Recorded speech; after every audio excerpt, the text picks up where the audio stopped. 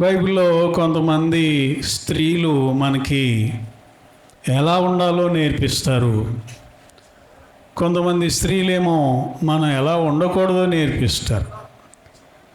ఈరోజు మనం నేర్చుకునేటటువంటి ఆ స్త్రీలాగా మనం ఉండకూడదు. వింటున్నారా? ఎవరామె అని మనం చూస్తే నెహెమ్యా గ్రంథము 6వ అధ్యాయము, నెహెమ్యా గ్రంథం 6వ అధ్యాయం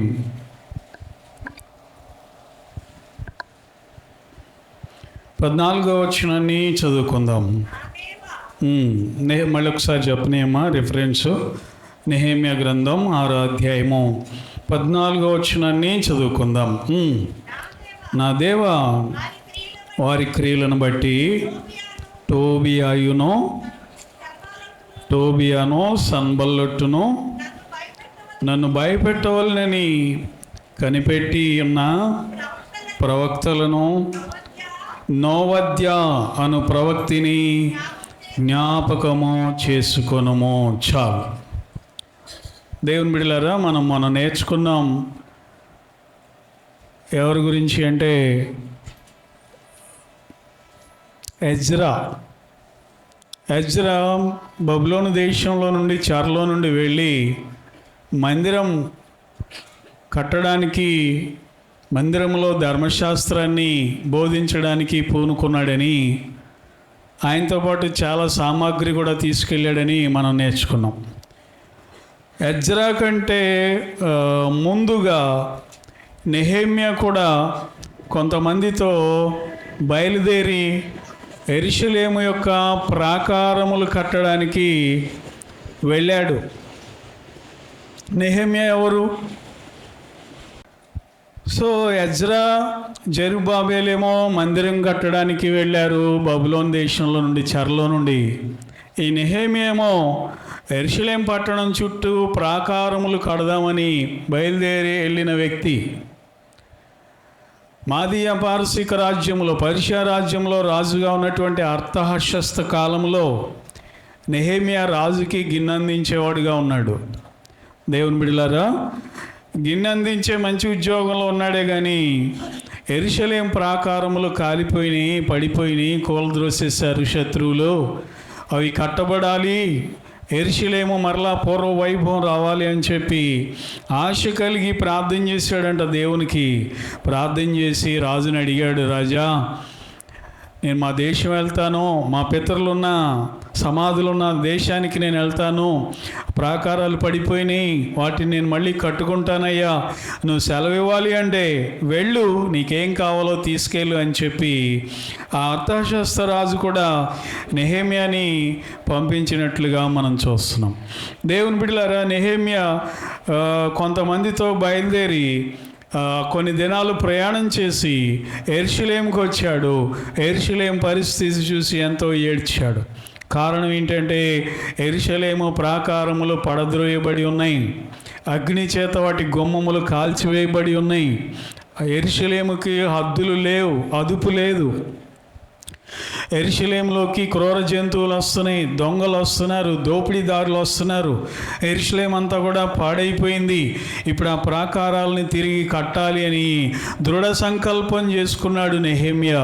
అయితే ప్రియమైన దేవుని బిడ్డలారా, అక్కడ ఒక ఆమెను మనం చూస్తున్నాము. ఆమె పేరు నోవద్య. అనండి అందరూ, అనాలి. హలో మా పిల్లలు. నోవద్య అనేటటువంటి ఆవిడ ఉంది. ఆమె గురించి బైబిల్ చెప్తుంది ప్రవక్తి అని చెప్తుంది.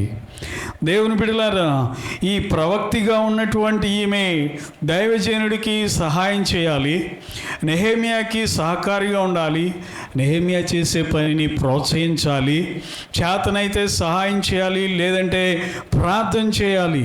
కానీ ఈ నోవద్య ఎలా ఉందంటే పూర్తిగా భిన్నంగా ఉంది.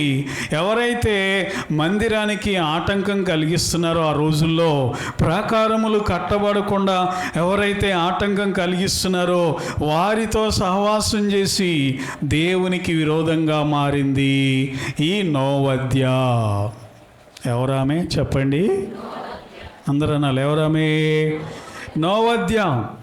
ఏం గురించి మనం నేర్చుకునేది ఏమీ లేదు, పరిశుద్ధాత్మ దేవుడు ఏం రాయించలేం గురించి. కానీ ఈమె ఎవరితో సహవాసం చేసిందో వాళ్ళు ఎలాంటి వాళ్ళో బైబిల్ చెప్తుంది.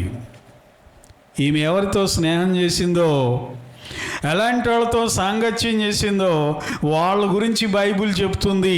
చేయకూడని వాళ్ళతో సహవాసం చేసి దేవుని పనికి ఆటంకంగా మారిపోయినట్లుగా మనం చూస్తున్నాం. పేరుకేమో ప్రవక్తి అంటే మామూలు విషయం కాదు కదా. ప్రవక్తి అంటే దేవుని దగ్గర నుండి ప్రవచనం పొందుకొని ప్రజలకు చెప్పాలి కదా. మంచి ప్రార్థనా పర్రాలు కదా, మంచి పరిశుద్ధాత్మ అనుభవం కలిగింది కదా, వరాలు కలిగింది కదా. అలాంటి నోవద్య అనబడినటువంటి ఈవిడ, దేవుని బిడ్డలారా, దేవుని పనికి విరోధులతో సాంగత్యం చేసి దేవునిని దుఃఖపరిచినట్లుగా మనం చూస్తూ ఉన్నాం.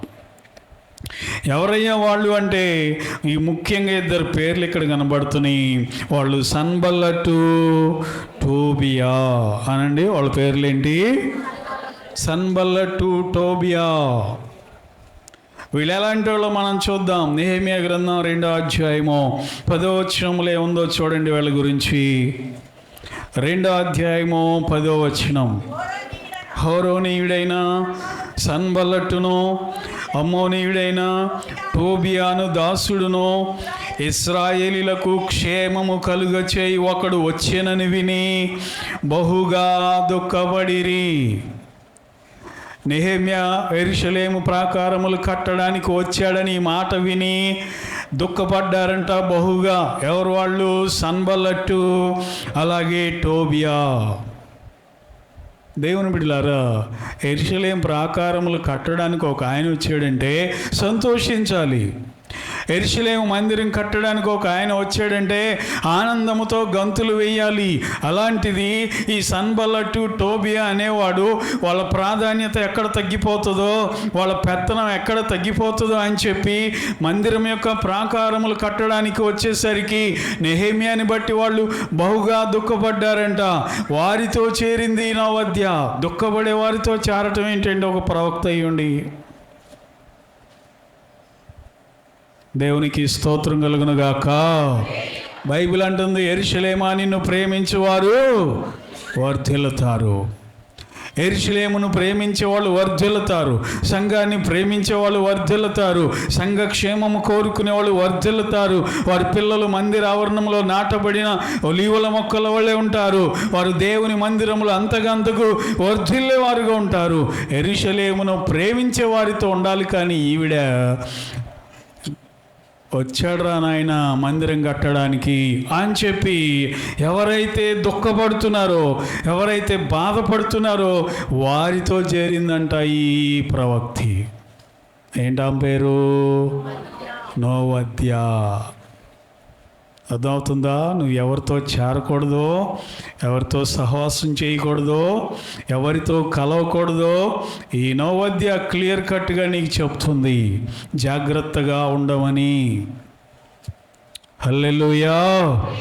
అప్పుడు ఈయన ఏం చేశాడంటే, నెహెమ్యా ఏం చేశాడంటే తెలివిగా ప్రజలందరికీ ప్రకటించాడు, రండి మందిర ప్రాకారములు కడదాము, రండి దేవుని హస్తం మనకు తోడుగా ఉంది, కాబట్టి మీరు కూడా రండి ఈ మంచి పని చేయడానికి అందరూ పూనుకోండి అని పిలుపునిచ్చినప్పుడు దేవుని బిడ్డలారా వాళ్ళందరూ కూడా కట్టడానికి పూనుకున్నారు. 2వ అధ్యాయం 20వ వచనం చూడండి. నెహెమ్యా గ్రంథం 2వ అధ్యాయం 20వ వచనం. ఆకాశమందు నివాసి అయిన దేవుడు తానే మా యత్నము సఫలము చేయును గనుక ఆయన దాసులమైన మేము కట్టుటకు పూనుకొనుచున్నాము. మీకు భాగమైనను స్వతంత్రమైనను జ్ఞాపక సూచనను లేదని 18వ వచనం చదవమ్మా. ఇదియుగాక నాకు సహాయము చేయక దేవుని కరుణాహస్తమును గూర్చియు రాజు నాకు సెలవిచ్చిన మాటలన్నీ నేను వారితో చెప్పి తిని, అందుకు వారు మనము కట్టుటకు పూనుకొందము రెండని చెప్పి ఈ మంచి కార్యము చేయుటకై బలము తెచ్చుకొనిరి. సంతోషంగా నీకు కూడా ఉంటే స్తోత్రం చెప్పు ఒకసారి. హల్లెలూయా. ప్రజలందరూ అంటున్నారంట, నెహెమ్యా నువ్వు ఉంటే ఇంకేంటయ్యా, మేం కూడా వస్తాం, మందిరం కడదాం, ఈ మంచి పని చేయడానికి మేం కూడా సహకరిస్తాం అని వాళ్ళందరూ కూడా పూనుకొని ముందుకొచ్చారంట. ఈమెమో వ్యతిరేకులైన వారితో కలిసింది, ప్రజలేమో దైవజనుడితో కలిశారు. దేవుని బిడ్డలారా, ఈమె ప్రవర్తన పూర్తిగా దేవునికి వ్యతిరేకంగా ఉంది.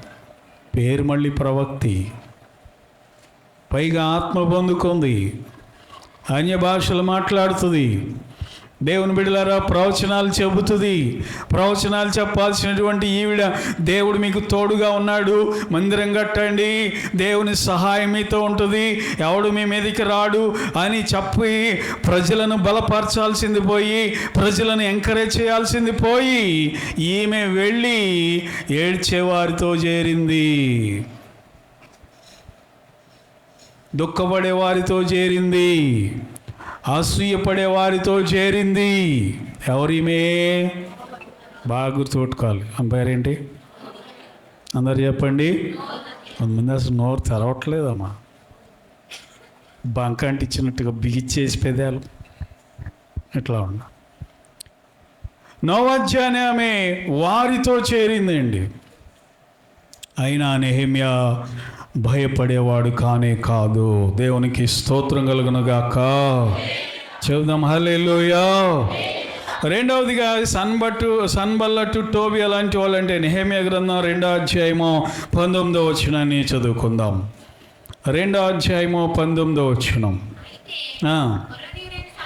హోరోనీయుడైన సన్బల్లట్టును, అమ్మోనీయుడైన దాసుడగు టోబియా అనువాడును, అరబీయుడైన గెషెమును ఆ మాట వినినప్పుడు మమ్మల్ని హేళన చేసి ఆ పని తృణీకరించి, మీరు చేసే పని ఏమిటి? రాజు మీద తిరుగుబాటు చేయుదురా. ఒకటి, వీళ్ళు ఏడ్చేవాళ్ళుగా ఉన్నారు, మందిరం కడుతుంటే ఏడ్చేవాళ్ళుగా ఉన్నారు వీళ్ళు. అంటే అసూయ అనేది ఎవరిలోనైనా ఉంటుంది. దేవుని నమ్మిన వారిలో ఉంటుంది, నమ్మని వారిలో కూడా ఉంటుంది. నీ మీద ఉంటుంది, నా మీద ఉంటుంది, అందరి మీద అందరికీ అసూయ అనేది ఉంటుంది. సో ఈ సన్బల్లటు టోబియా అనే వాళ్ళు అసూయతో ఏడిచేస్తున్నారు. అరే నెహెమ్యా అని ఆయన వచ్చాడంట, మందిరం యెరూషలేము ప్రాకారాలు కడుతున్నాడంట అని చెప్పి దుఃఖపడ్డారంట, ఏడ్చారంట. ఏడవలసిన అవసరం ఏమైనా ఉందా వాళ్ళకి? వాళ్ళ ఇల్లు ఏమన్నా కూలుస్తున్నాడా నెహెమ్యా? వాళ్ళ ఆస్తులు ఏమైనా లాక్కుంటున్నాడా? వాళ్ళని ఏమైనా డబ్బులు ఇమ్మంటున్నాడా? ఏమీ లేదు కదా. ఎందుకు ఏడవాలి వీళ్ళు? చొప్పనాతి బుద్ధి ఏడిపిస్తుంది. అర్థమవుతుందా? అమ్మో వాళ్ళు ఎట్టు అయిపోతున్నారు, మేమేంటి ఎట్టున్నామని ఏడుస్తూ ఉంటారంట ఎవరికి తెలియకుండా. రెండవదిగా వీళ్ళు ఏం చేస్తున్నారంటే, ఈ సన్బల్లటు టోబియా అనే వాళ్ళు ఎగతాళి చేస్తున్నారంట. ఇంట్లోనేమో ఏడుస్తున్నారు, బయటకు వచ్చి నెహెమ్యాని ఎగతాళి చేస్తున్నారు. అబ్బో ఈయన కడతాడంట, కట్టడానికి బయలుదేరాడు, పెద్ద మగాడు బయలుదేరాడు అన్నట్టుగా ఎగతాళి చేస్తున్నారు, హేళన చేస్తూ ఉన్నారు.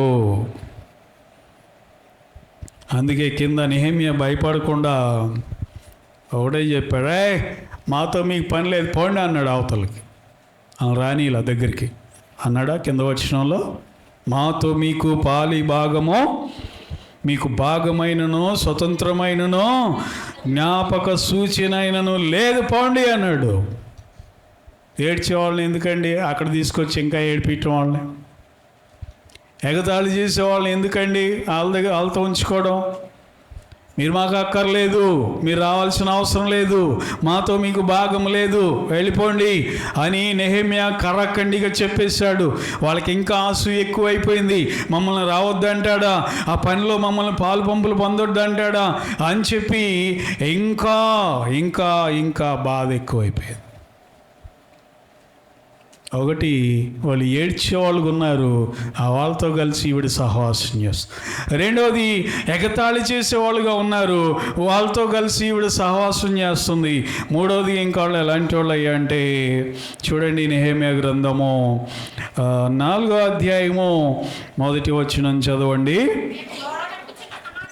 మేము గోడ కట్టుచున్న సమాచారము విని సన్బల్లట్టు మిగుల కోపగించి రౌద్రుడై యూదులను ఎగతాళి చేసెను. బా, డిస్కరేజ్ చేస్తున్నాడు, నిరుత్సాహపరుస్తున్నాడు. దేవుని బిడ్డలారా, మీరు చేసేది అవ్వదు పని, మీరు ఆ పని ముగించలేరు, మీ అంతటి మీరే చేసుకుంటారా అని చెప్పి దేవుని బిడ్డలారా డిస్కరేజ్ చేస్తున్నాడు. ఏమంటున్నాడు? ఇంకా మీరు కాల్చబడిన చెత్తను, కుప్పలుగా పడిన రాళ్లను మరలా బలమైనవిగా చేస్తారా? మీరు ఆల్రెడీ ఇవి కాల్చబడినవిగా, పడిపోయినాయిగా, ప్రాకారాలు చెత్తంతా పోగైంది కదా, రాళ్ళన్నీ కాలిపోయి ఉన్నాయిగా, మళ్ళీ ఆ చెత్తనంతా తీసి ఆ రాళ్ళన్నీ ఏరి మళ్ళీ ఆ మందిరాన్ని బలమైన రాళ్లతో మీరు కడతారా అని నిరుత్సాహపరుస్తున్నాడు. నీ జీవితంలో కూడా నిరుత్సాహాలు వస్తాయి. ఒక బలమైన పని నువ్వు పూనుకున్నప్పుడు నిన్ను కృంగదీసేవాళ్ళు ఉంటారు, నిన్ను ఎగతాళి చేసేవాళ్ళు ఉంటారు, నిన్ను నిరుత్సాహపరిచేవాళ్ళు ఉంటారు, లేనిపోని మాటలు మాట్లాడేవాళ్ళు ఉంటారు. అయినా మనం పట్టించుకోవాల్సినటువంటి అవసరము లేనే లేదు. దేవునికి స్తోత్రం కలుగునుగాక. హల్లెలూయా. కనుక వాళ్ళు ఎలాంటి వాళ్ళే అంటే ఏడుస్తున్నారు, రెండవది ఎగతాళి చేస్తున్నారు, మూడవది రౌద్రం చూపిస్తున్నారు. నెహెమ్యా మీద రౌద్రం చూపిస్తూ ఉన్నారు. ఇంకా ఘోరమైన విషయం చెప్పమంటారా? నెహెమ్యాని చంపుదామని, నీతో మీటింగ్ ఉంది పలానా చోటికి రా అని ఉత్తరం పంపించారట. ఎవరాళ్ళు? సన్బల్లట్టు. చెప్పరే, మర్చిపోతున్నారు, నిద్రపోతున్నారు కళ్ళు తెరిచి. ఎవరాళ్ళు? సన్బల్లట్టు, టోబియా అనే వాళ్ళు ఈ నెహెమ్యాని చంపాలి, వీడిని ఎక్కడ లేకుండా చేయాలి ఎక్కడి నుండి అని చెప్పి ఉత్తరం రాశారంట. ఒకసారి రాస్తే నేను రానన్నాడు, 2 సార్లు రాశారు, 2 సార్లు రాసినా మళ్ళీ రానన్నాడు, 3 సార్లు అయింది, 4 సార్లు అయింది, 5వ సారి కూడా ఉత్తరం రాశారంట. మైదానం ఉన్న పలానా గ్రామానికి నువ్వు రా, నీతో మాట్లాడాలి అని చెప్పి ఉత్తరం రాస్తే వాళ్ళ బుద్ధి ఎరిగిన వాడై నా మందిర పని వదిలిపెట్టి నేనెందుకు రావాలి అని తిరస్కరించాడంట. 5వ సారి కూడా ఉత్తరం రాశారంట. 6వ అధ్యాయము ఏమా 2వ వచనం చూడండి. 6వ అధ్యాయము 2వ వచనం. సన్బల్లట్టును గెషెమును నాకు ఏదో హాని చేయుటకు ఆలోచించి ఓనో మైదానమందున్న గ్రామంలో ఒకదాని దగ్గర కలుసుకుందాము రండని వర్తమానము పంపిరి. ఒక ఆయన వచ్చి చెప్తున్నాడు. అందులో ఒక ఆయన 10వ వచనంలో చూస్తే, అటు తరువాత మహేతబేలునకు పుట్టిన దెలయా కుమారుడైన షమయ యొక్క ఇంటికి వచ్చి తిని అతడు బయటికి రాకుండా నిర్బంధించబడెను. అతడు రాత్రి కాలమందు నిన్ను చంపుటకు వారు వచ్చెదరు గనుక దేవుని మందిర గర్భాలయము లోపలికి మనము పోయి తలుపేసుకుందామని అంటున్నాడంట నెహెమ్యాతో.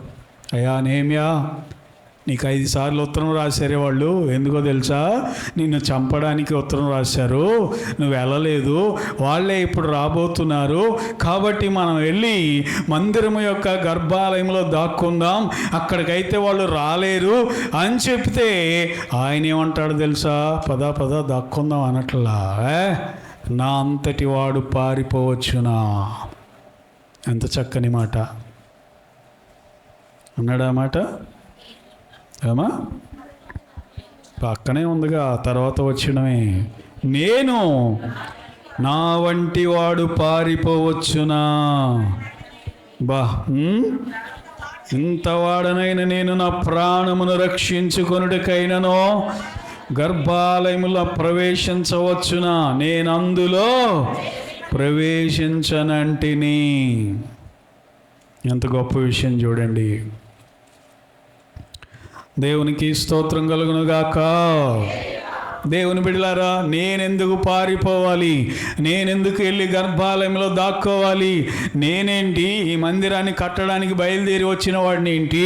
ఎవరో మాటలు విని, ఎవరో బెదిరింపులు విని, ఎవరో భయపడుతున్నారని నేను పారిపోవడం ఏంటి? నా అంతటి వాడు పారిపోవచ్చునా.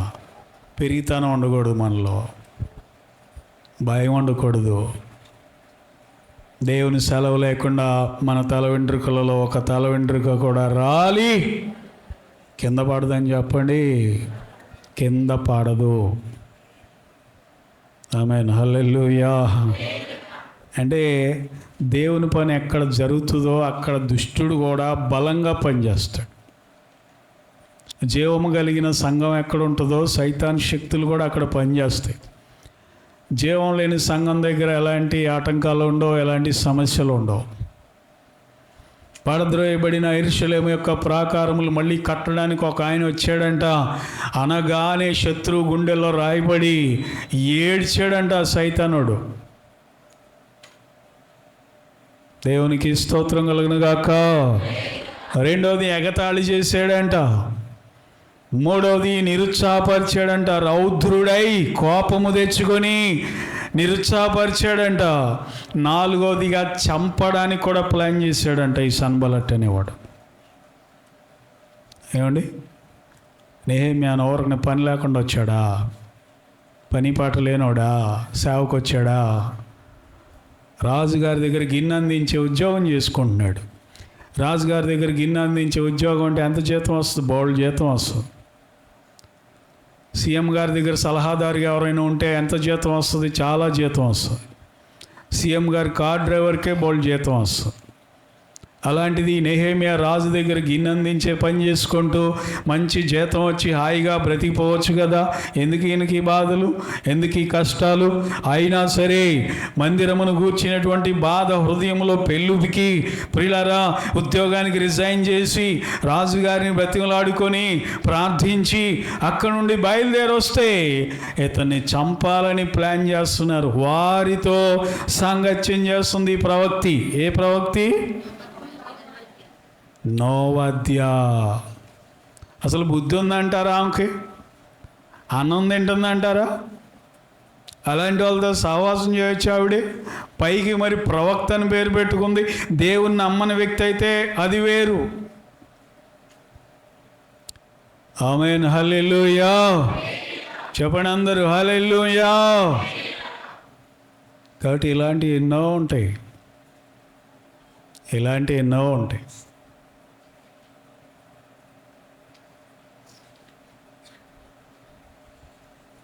కాబట్టి ఆయన అంటున్నాడు, నేను పారిపోను అంటున్నాడు. ఏం చేశాడు తెలుసా? వాళ్ళు వస్తారని చెప్పి కొంతమందినేమో లోపల ప్రార్థన చేయించాడు చర్చిలో. కొంతమందికి ఏమో ఆయుధాలు ఇచ్చి గుమ్మాల దగ్గర నిలబెట్టాడు. రండి, నిలబడండి, ఇక్కడ ఎవడన్నా వస్తే వేసేయండి, తర్వాత చూసుకుందాం అన్నాడు. మన భాషలో చెప్తున్నా. నెహెమ్యా చేసిన పని అంత కోపం. దేవుని మందిరానికి విరోధంగా లేచారంటే ఎక్కడుందా మాట? నేను చెప్పిన మాట 4వ అధ్యాయము 13 అంటే చూడండి. అందు నిమిత్తము గోడ వెనుక ఉన్న దిగు స్థలంలోనున్న పై స్థలములలోనూ జనులను వారి వారి కుటుంబముల ప్రకారముగా వారి కత్తులతోనూ వారి ఈటెలతోనూ వారి వెండ్లతోనూ వారిని నిలబెట్టాను. పైగా చెప్తున్నాడు, మీరు వారికి భయపడొద్దు. మహాగణుడును భయంకరుడునగు యెహోవాను జ్ఞాపకము చేసుకొనుడి. మీ పక్షంగా దేవుడు ఉంటాడు. దేవునికి స్తోత్రం కలుగునుగాక. చెప్దాం హల్లెలూయా. ఎందుకు వీళ్ళు నిలబెట్టాడంటే 8వ వచనంలో ఉంది, మిగుల కోపపడి యెరూషలేము మీదకి యుద్ధానికి వచ్చి పని ఆటంకపరచవలనని వారందరూ కట్టుకట్టి మమ్మను కలతపరచగా. కట్టుకట్టి రావాలని చూశారంట, కలతపరచాలని చూశారంట. అంటే ఈ రోజుల్లో మనం అయితే యుద్ధాలు చేయకూడదు, కానీ ఏం చేయటం మన పని? ప్రార్థన చేయటం. దేవునికి స్తోత్రం కలుగునుగాక. చెప్దాం హల్లెలూయా.